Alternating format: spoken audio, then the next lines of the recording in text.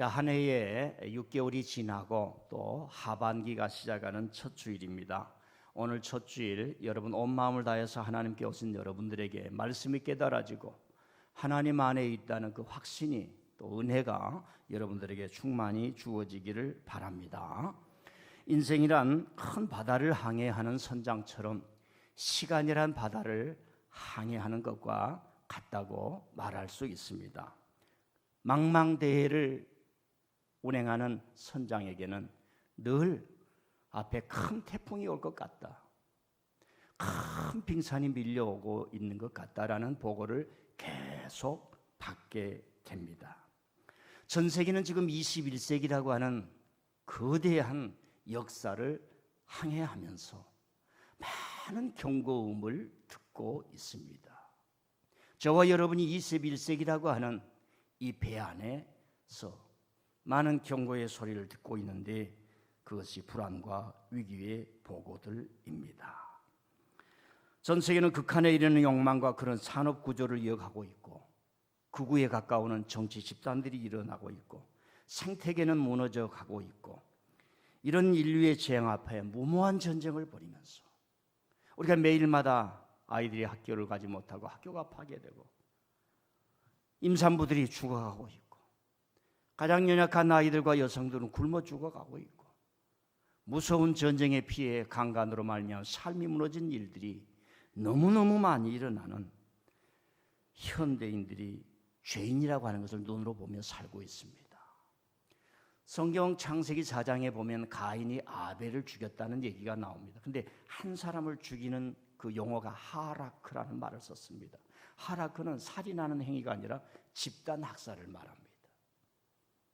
창세기는 우리에게 인간이라고 하는 것의 힘을 가지고 하나님을 떠난 자들이 하는 일이 사람이 사람을 죽이는, 그래서 어떤 꽁트 만화가가 원숭이들이 인간들을 향해서 우리는 동족을 죽이지 않는 너희들은 동족을 죽이는구나, 이런 얘기를 한다는 냉소적인 말을 하기도 했습니다. 그런 의미에서 오늘 우리 시대를 살아가면서 하나님 앞에 인간의 본성이 무엇인가? 우리에게는 구원이 없고 거룩함이 없고 내 자신 스스로 아무리 열심히 산다 하여도 내 자신이 추구한 행복과 구원을 만들 수 없구나. 지금 뭐라 지금 뭐라 지금 뭐라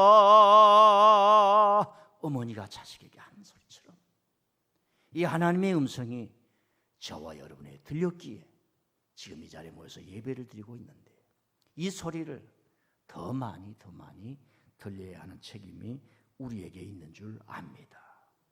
그런 의미에서 저와 여러분은 21세기라고 하는 이 풍랑 가득한 항해를 하는 배 안에서 도망칠 수가 없습니다.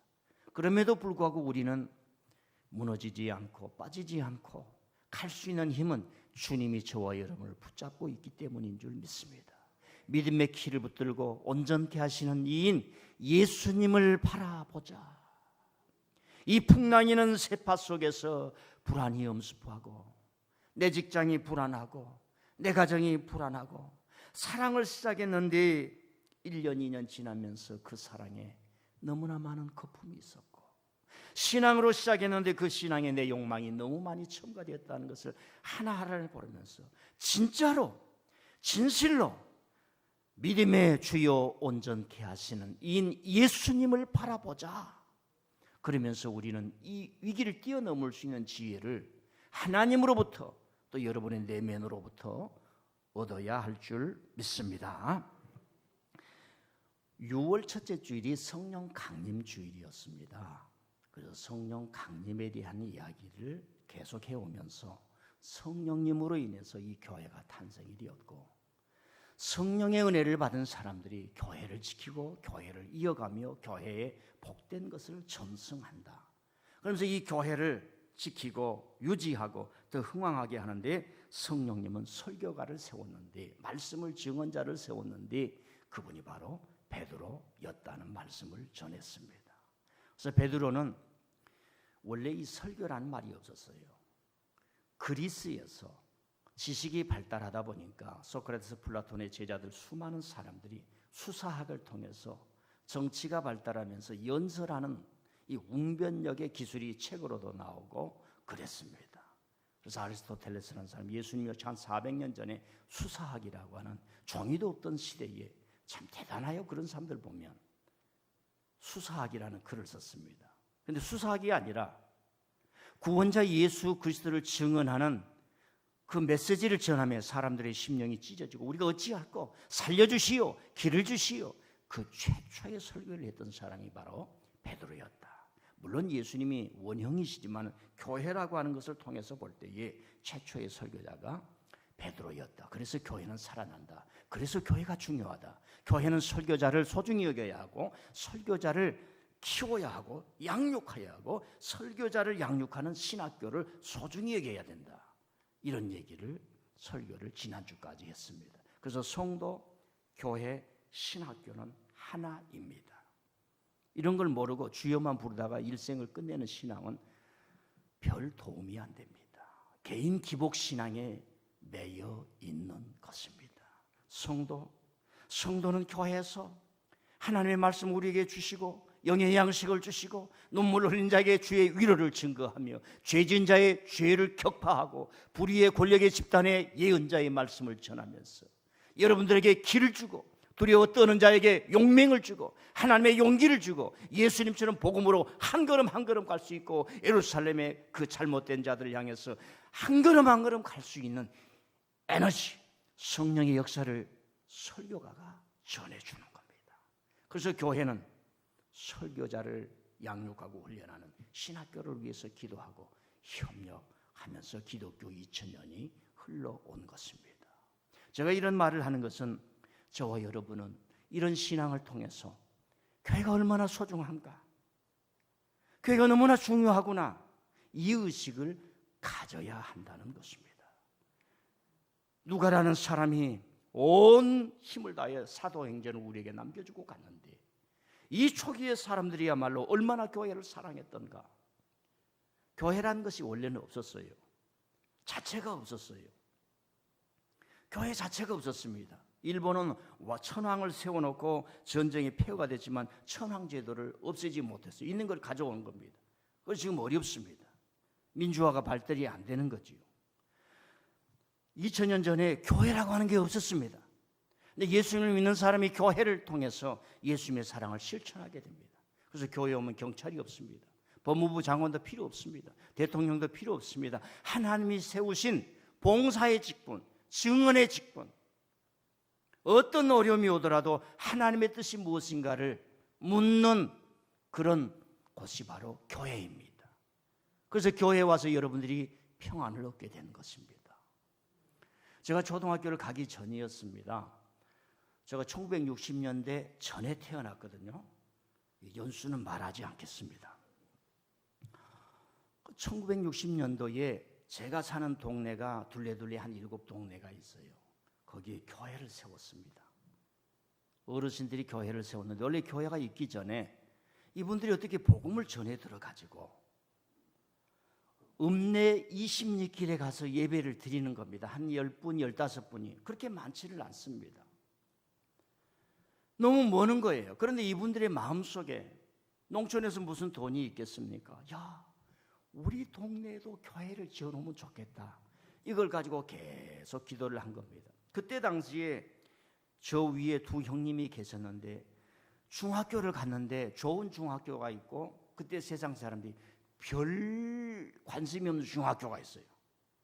그런데 별 관심이 없는 중학교는 미션 스쿨이고 국가에서 하는 그 중학교는 벌교 중학교라고 아주 그 역사가 있는 중학교였어요. 그런데 우리는 시골에 살아가지고 어멍멍했기 때문에 별로 사람이 없는 미션 스쿨에 갔어요. 그래가지고 거기는 미션 스쿨이니까 학생들에게 매주일 예배당에 가서 도장 찍어 오라고 한 달치 칸을 주는, 한 6개월치 칸을 주는 겁니다. 그런데 그때 많은 친구들이 예배당을 안 갔어요. 우리 형님들은 그 수업료를 예배당 잘 가고 교회 잘 가고 시험을 이렇게 보면 장학금을 주니까 그 장학금 받으려고 그 사람들이 멀리 읍내에 못 가니까 동네 마을회관에서 이 동네 저 동네 마을회관에서 예배를 드린데 간 거예요. 그때 제가 그 예배당을 참석을 하기를 시작합니다. 마을회관. 그리고 오면서는 어떻게 하냐? 토끼불을 뜯는 거예요. 용돈이 없으니까 토끼를 키워가지고 새끼를 팔아서 용돈을 하는 겁니다. 그런데 그분들이 우리 마을에도 교회를 짓자 해가지고 60년대에 교회를 지은 거예요. 이 교회가 저의 인생을 바꾼 겁니다. 그 교회를 지어놓고 모든 시골 교회는 종을 달았어요. 종도 비쌉니다. 우리 지금 제가 이 교회를 건축하면서 저 십자가를 못 달아가지고 어느 다른 목사님께 전화를 해가지고 좀 하라 그러고 몇 천만 원 받아가지고 저거 올린 거예요. 그래서 많은 목사님들이 십자가를 왜 저렇게 적게 했냐고, 더 크게 하라고. 우리 교회 같으면 우리 교인들이 딱 헌금하면서 목사님 십자가 좀 크게 하세요 하는 분들이 있다고. 그래서 제가 그럼 그 성도님 저한테 좀 소개해달라고 그러니까 안 해주더라고. 종을 달아놓고 땡그랑땡그랑 주일마다 초종을 치고 재종을 쳐요. 뭐 설명하기는 어렵습니다. 저는 어른이 되니까 그때 종을 쳤던 그 집사님들의 마음을 알 것 같아요. 눈물로 기도하고 이곳에 교회를 주십시오, 교회를 주십시오 했는데 1년 쌀 모으고 2년 쌀 모으고 그것을 모으고 한 몇 년, 10년을 모아서 이자가 붙어서 교회를 건축했는데 그 땡그랑 종소리에 우리가 예배당을 나가면 동네 사람들이 저놈들 일도 안 하고 교회 간다고, 저놈들 교회 간다고 그랬어요. 그래도 우리는 말입니다. 덜렁덜렁 하면서 예배당을 가다가 부지런히 오고, 그러면서 그때는 당시에는 은혜라는 몰랐지만 교회가 귀한 거예요. 그때 우리 동네 한 100가구 되는데, 그래서 우리 가정이 좀 다 교회를 잘 나가는 그런 가정이 됐어요. 근데 뒤돌아보면 다 잘 됐겠지만 신앙 고백으로 보면 가장 가난했던 우리 가정이 그래도 하나님 앞에서 동네에서 큰 축복을 받았고, 후에 제가 목사가 되다 보니까 내 삶을 교회에 완전히 바치는 그런 삶으로 내가 변했어요. 제가 이런 얘기를 하는 것은 교회가 중요하다. 교회가 한 사람의 삶을 바꾸고 인생을 바꾸고, 제가 만일 교회에 나가지 아니하고 그때 당시에 외국 군대가 주둔하는 곳으로 왔다 그럽시다. 그러면 댄스홀이 생기고 술집이 생겨서 제가 지금 술 중독자가 되었을 거예요. 그런데 그곳에 타 종교가 들어와서 그들의 사원을 지었다면 제가 타 종교인이 되었겠지요. 주님은 말씀합니다. 영혼을 부르기 위해서 땅끝까지로 교회를 세우고 땅끝까지로 증인이 되고 거기에 설교자를 세우고 거기에 많은 사람이 와서 매일마다 수고하고 무거운 집을 벗어놓고 주님 목사님 설교를 듣고 위로를 받고 힘을 얻으며 주님 아버지 하나님 주의 이름을 부르는 자마다 구원을 받으리라, 이런 힘이 교회를 통해서 일어나지 않겠습니까? 저는 뒤돌아보면서 그래서 언젠가 목사가 되어가지고 훗날 그 교회 초기의 성도들이 어른들이 살아서 물어봤어요. 어떻게 교회를 지었냐고. 그때 당시엔 제가 초등학교 다니기 전이니까 기억이 가물가물하지요. 유일하게 기억난 것은 성탄절에는 티밥이라고, 강냉이 티밥 아세요? 뭐 미국 사람은 팝콘이라고 했더니 우리는 티밥. 그 티밥 한 봉지를 줬어요. 그것도 좋다고 말입니다. 그걸 들고 와서 막 그 추운데 말입니다. 먹으면서 교회 가서 받았다고. 교회에서 주는 것은 물도 은혜가 됩니다.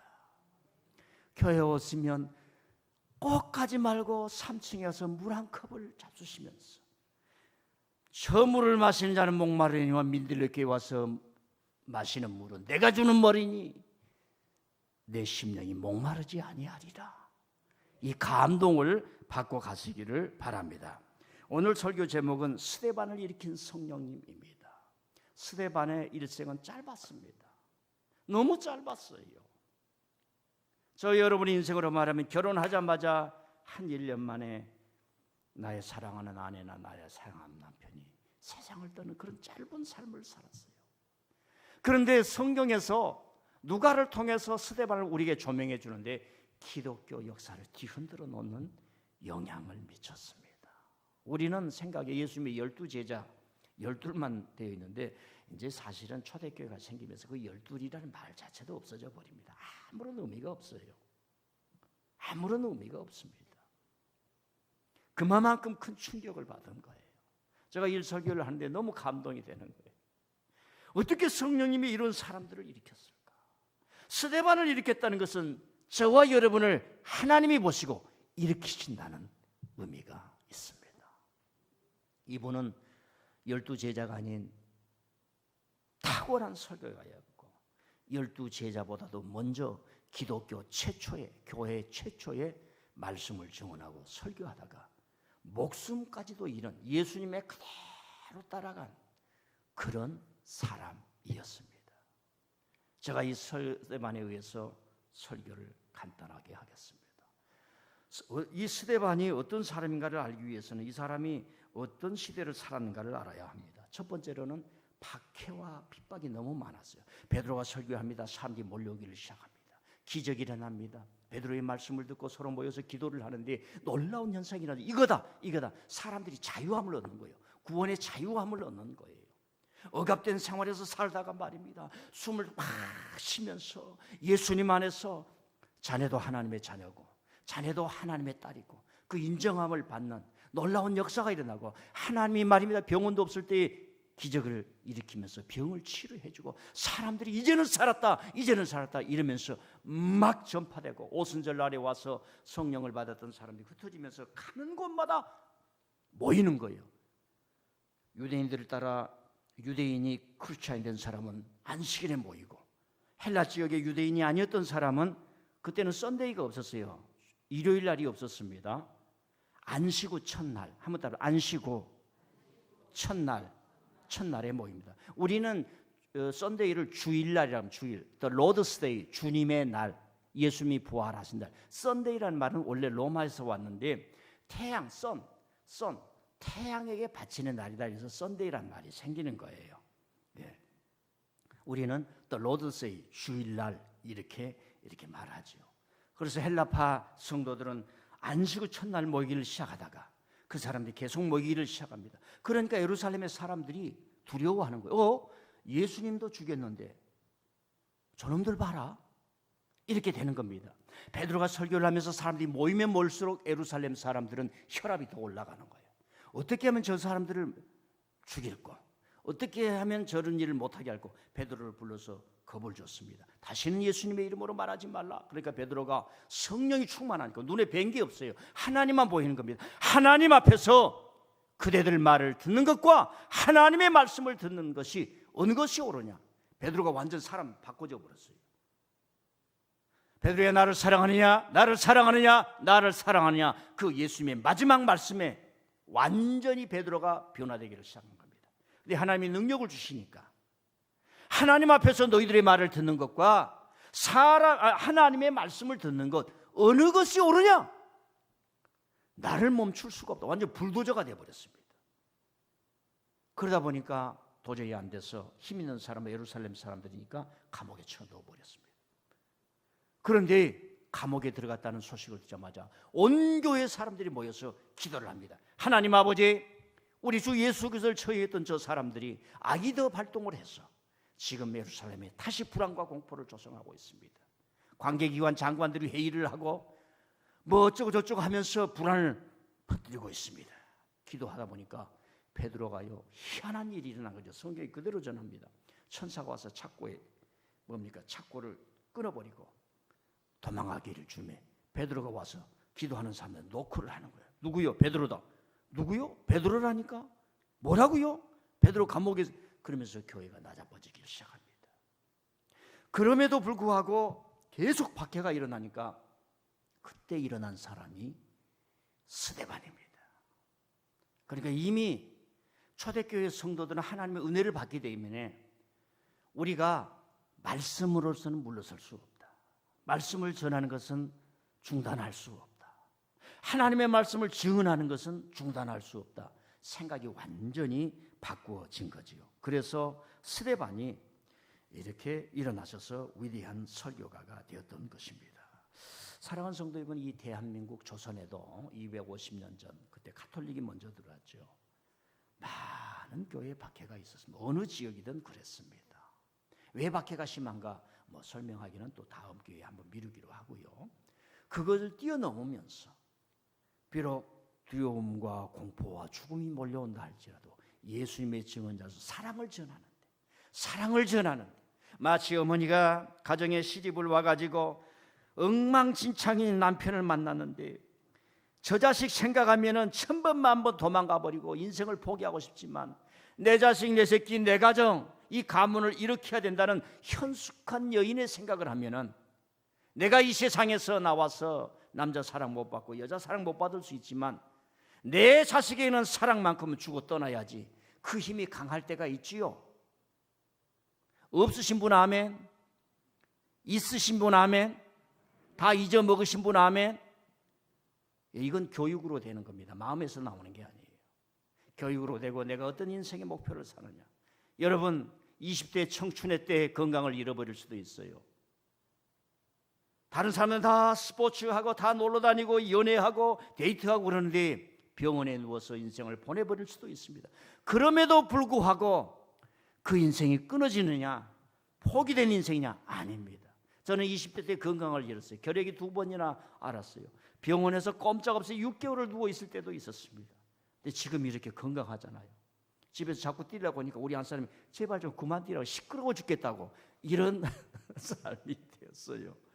여러분 그렇습니다. 모든 걸 다 추구할 수 없어요. 환난이 옵니다. 박해가 옵니다. 초대교회 성도들은 성령의 은혜를 받고, 그러니까 여러분들이 계속 오셔서 성령의 내주가 있고 성령의 영감이 있고 성령의 인도가 있고 성령의 불세례가 있고, 성령은 다양하게 바람처럼 역사하시고 때로는 말씀을 이해하게 하시고 때로는 집사님을 만나 서로 격려해서 같이 손을 잡고 위로받게 하시고 때로는 하나님께서 뭘 하실 것인가 밝혀주시고 저와 여러분이 어느 정도 잘하면 더 큰 곳에 도전하게 하시고 다양하게 역사하시니 성령의 은혜가 충만하기를 바랍니다.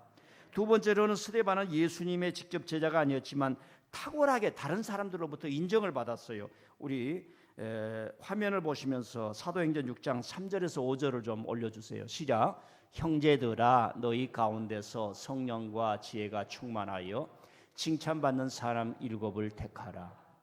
우리가 이 일을 그들에게 맡기고 우리는 오로지 기도하는 일과 말씀 사역에 힘쓰리라 하니 온 무리가 이 말을 기뻐하여 믿음과 성령이 충만한 사람 스데반과 또 빌립과 프로고로와 니가노르와 디몬과 바메나와 유대교에 입교했던 안디옥 사람 니콜라를 택하였다. 그러니까 막 사람이 몰려오니까 말씀과 기도 사역에 힘썼던 12제자들이 너무 사역이 많으니까 감당할 수가 없습니다. 사람들을 봉사해야죠, 인사해야죠. 특별히 어려운 여인들을, 싱글들에게 도와야 되죠. 보조금을 줘야죠. 성도들이 헌금만 가지고 그 사람에 나눠줘야 되죠. 그러니까 복지 자체가 없었을 때 이 일을 교회가 하기를 시작한 겁니다.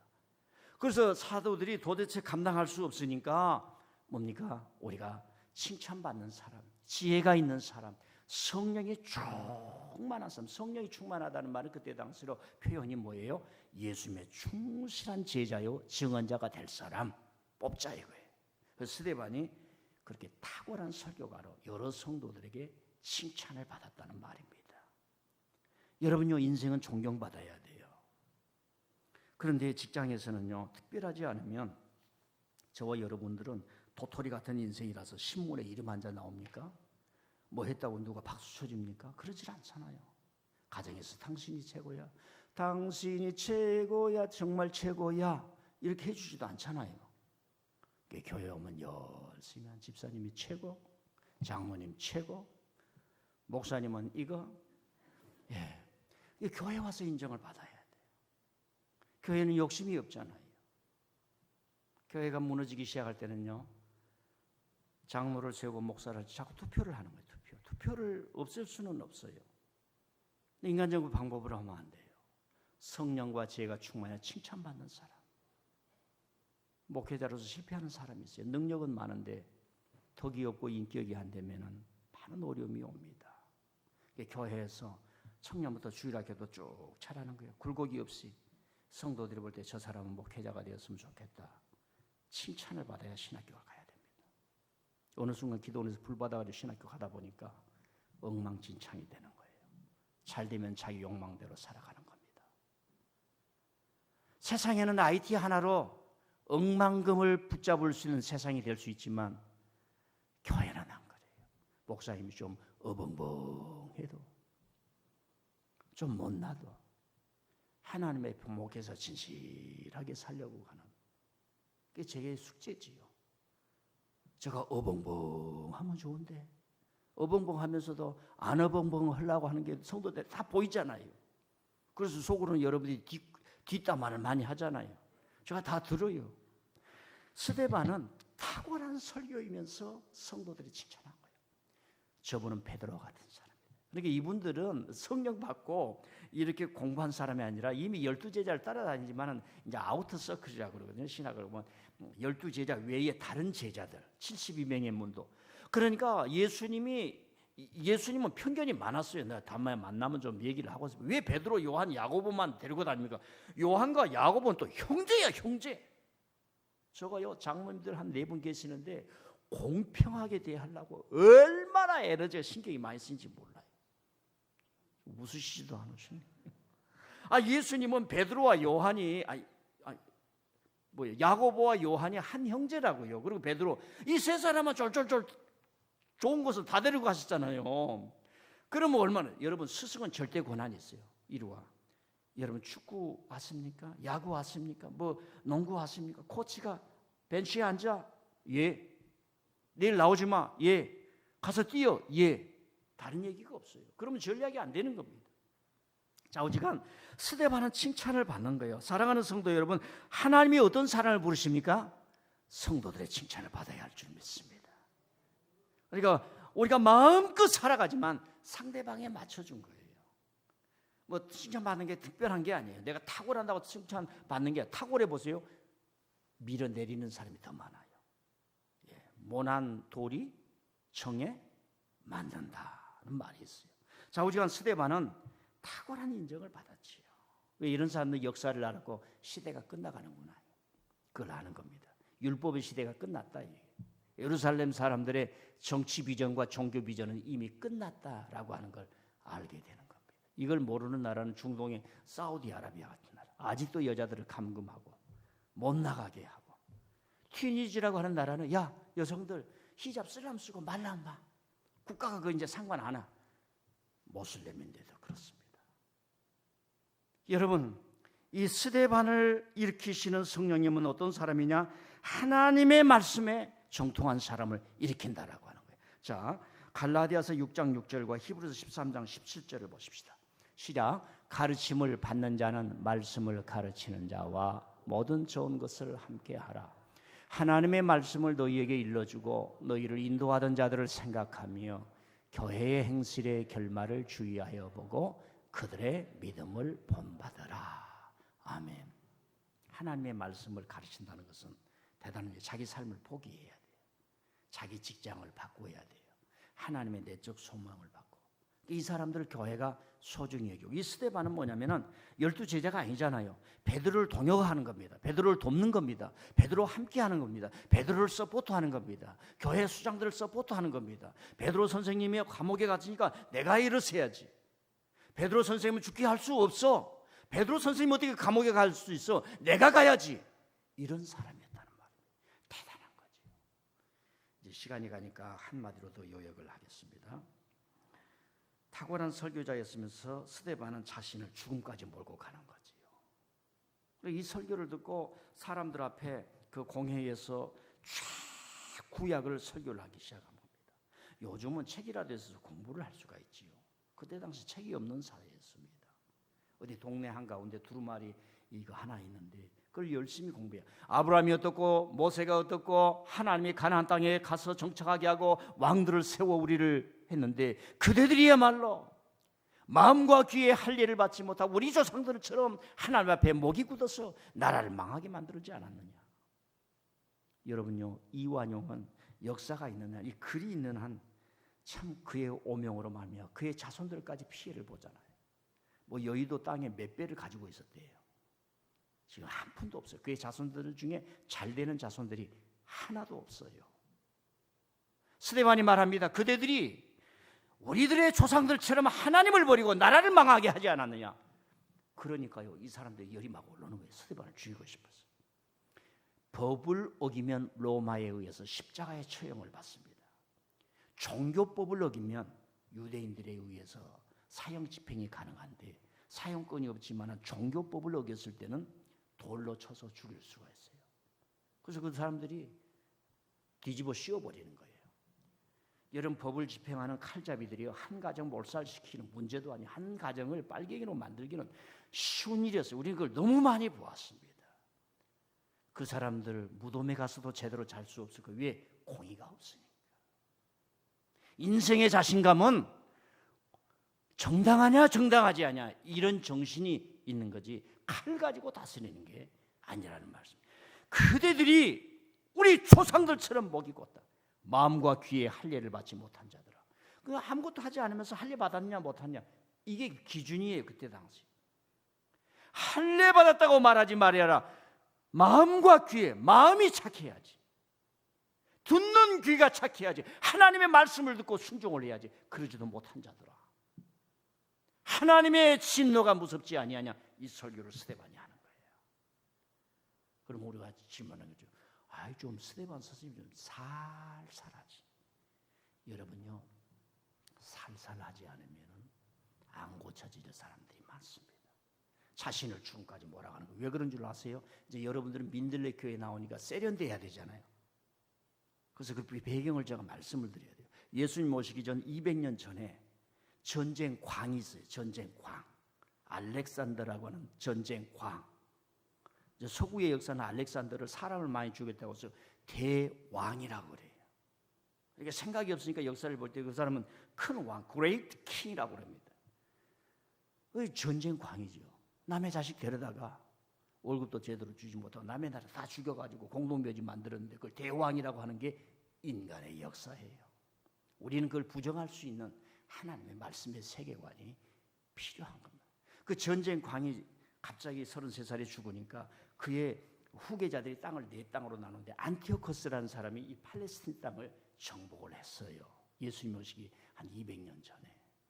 그러니까 자기한테 반항한 사람을 다 죽이는 거예요. 그 중에 하나가 유대인들, 하나님을 믿는 사람, 율법을 지키는 사람, 안식일을 지키는 사람 다 죽인 거예요. 충격을 받는 거예요. 아니 이게 뭐냐 이게. 그런데도 사람들이 안식일을 지키고 율법을 지키는 거예요. 그러면서 하나님 앞에 기도하면서 신앙 사상을 만들어내기를 시작합니다. 하나님의 나라를 위해서, 의를 위해서 저렇게 사람을 죽이는 악에 대해서 저항하는 사람은 천국에서 하나님이 신원하여 갚아줄 것이다. 하나님이 버리지 않는다. 이 생각이 집단적으로 쌓이기를 시작합니다. 좀 이해하기 어렵죠. 들어도 별 감흥이 없어요. 제가 구체적인 예를 하나 드릴게요. 1980년도에 대한민국이 얼마나 어려웠습니까? 군하시는 사람들이 와서 대한민국을 만들겠다고 했을 때 대학생들이 학교를 안 가고 지금 청년으로서 아무개 자식으로서가 중요한 게 아니라 대한민국을 살리고 우리 어머니 아버지들이 좀 말하고 살 수 있는 시대를 만들기 위해서는 내가 학생의 신분을 잠깐 밀쳐두고 저 악에 도전해야겠다. 민주화의 의식을 갖게 되었어요. 그리고 제 이 땅에 말할 수 있는 민주화가 이루어진 거죠. 그때 당시에 집단적으로 우리는 학생의 신분이지만 독재에 항거할 수 있다. 이 생각이 많은 젊은 사람들, 대한민국이 나가고 100년 만년 갈 수 있는 선조들이 물려준 이 세계에 가기 위해서는 악을 행하는 사람에 저항할 수 있는 의가 있어야 된다. 이게 집단적으로 쫙 생겨서 제 나이 때 많은 친구들이 세상을 떠났습니다. 그리고 저는 많은 부채를, 제 시대는 부채를 안고 지금 자유를 누리고 있습니다. 물론 그때 당시도 잘 되면 되지, 고시패스에서 잘 되면 되지 있는 사람들이 수없이 많았어요. 이 스데반이 물러설 수 없었던 것, 그에게 하나님의 말씀은 구원의 말씀이에요. 하나님의 진리의 말씀이면서 동시에 악에 대항하는 힘을 주었고, 이것이 초대교회 성도들에게 로마에서도 물러서지 않는 교회를 만들게 되는 임팩트를 주는 겁니다. 자, 이제 마무리를 하겠습니다. 스데반이라든가 모세라든가 이 아브라함 이런 사람들의 공통된 특징이 있어요. 다 초기의 사람들인데 이 사람들은 현실에 안주하지 않았던 사람들입니다. 현실에 안주하면 아무것도 나오지를 않아요. 여러분 자녀가요, 엄마 돈 좀 어디 좀 갔다 오게, 부지런히 주세요. 그 놈이 큰 놈 된 놈이야. 예, 제가 목사가 되다 보니까요, 옛날에는 그래서 농촌 시대니까 기도 실험을 했으면 목사가 잘 될 줄 알았어요. 인간은 종합적인 성품의 존재입니다. 운동도 해야 되고 놀이도 해야 되고 어디 가서 사귀기도 해야 되고 책도 봐야 되고 공부도 해야 되고 그 모든 목적을 목회에 두어야 되는 거지요. 예, 제가 사막 마라톤 했다가 얼마나 욕을 얻어 많이 먹는지 몰라요. 사막에서 하나님 만나고 온 이야기는 못해요. 자, 제가 현실에 안주하지 않은 한 선교사 얘기를 하고 설교를 가름하겠습니다. 자, 그 사진을 한번 올려주십시오. 콤 코넬이라고 하는 사람입니다. 아일랜드에서 저 사람이 14살 때 선교사 단체에 자신이 등록을 하게 됩니다. 14살이신 분 손 들어보세요. 중학교 1학년, 2학년, 3학년 나이입니다. 물론 성당이겠죠. 거기서부터는 봉사하는 삶을 살아가게 됩니다. 그리고 대학을 경제학을 졸업하고 아일랜드에서 고편 생활을 하게 됩니다. 그런데 케냐의 이튼 지상 2,000m 위에서 그 학교에 지리학 선생님이 없다는 연락을 받습니다. 저 사람은 청년 때 26세 때 당연한 거예요. 자기의 안락한 삶을 그대로고 선교사니까 가장 가난하고 가장 높은 산 언덕 이튼 지역의 학교에 지리학 교수로 가는 겁니다. 결혼도 하지 않은 채. 거기 가서 보니까 그 케냐의 사람들이 마라톤을 하는데 그 마라톤 달리기를 이렇게 지도하는 사람이 떠나면서 자네가 한번 이 아이들을 안 가르치소 그리고 떠난 거예요. 저 사람은 마라톤의 마자도 모릅니다. 운동도 해본 사람이 아니에요. 봉사, 주님 영광. 그러다 그때부터 최초로 케냐에서 유소년 마라톤 캠프를 하면서 그 아이들과 생활하면서 마라톤이 무엇인가를 알려주기를 시작합니다. 그리고 같이 마라톤을 뛰고 마라톤을 행하게 됩니다. 근데 여러분, 저 사람은 세계 스포츠의 역사를 바꿔버린 사람입니다. 아이들을 맨발로 뛰는 거, 산이니까 맨발이죠.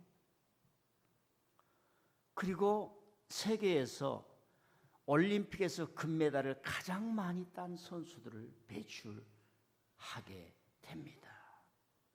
그 이유는 뭐예요?